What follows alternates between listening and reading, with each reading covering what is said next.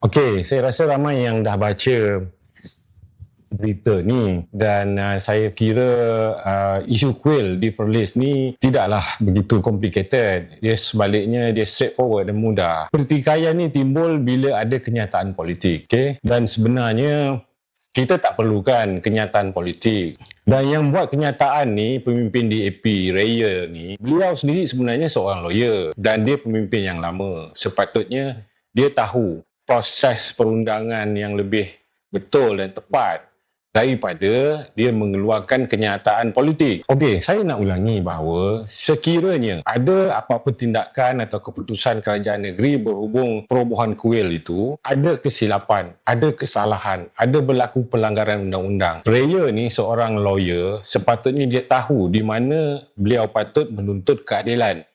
Okey, jadi dia boleh filekan apa-apa tuntutan mahkamah. Jadi dia tidak perlu mengeluarkan satu kenyataan yang berbaut politik, ya, yang mengaitkan dengan Barisan Nasional lah, berkaitan dengan Perikatan Nasional lah. Sedangkan parti politik tidak ada kaitan dalam isu perobohan kuil di Perlis ni. Jadi beliau sebagai seorang pemimpin yang lama, seorang lawyer, sepatutnya sangat faham, sangat arif benda ni. Jadi saya fikir teguran Dr. Mazhar itu betul dan rasional bahawa tak perlu mengeluarkan kenyataan politik seperti nak melaga-lagakan mana-mana pihak. Sebaliknya beliau harus fokus kepada isu itu. Jadi teori saya pada kali ini cukup mudah. Sekiranya seorang lawyer seperti Raya ini memang dah memilih nak bermain politik daripada menyelesaikan isu ini dari aspek undang-undang, maka apa lagi yang rakyat boleh harapkan dari seorang pemimpin seperti Raya ini? Dan saya percaya rakyat di Malaysia, baik Muslim, bukan Muslim, Melayu, Cina, India, mahukan semangat muhibah. Apa juga perselisihan boleh diselesaikan dengan cara yang baik mengikut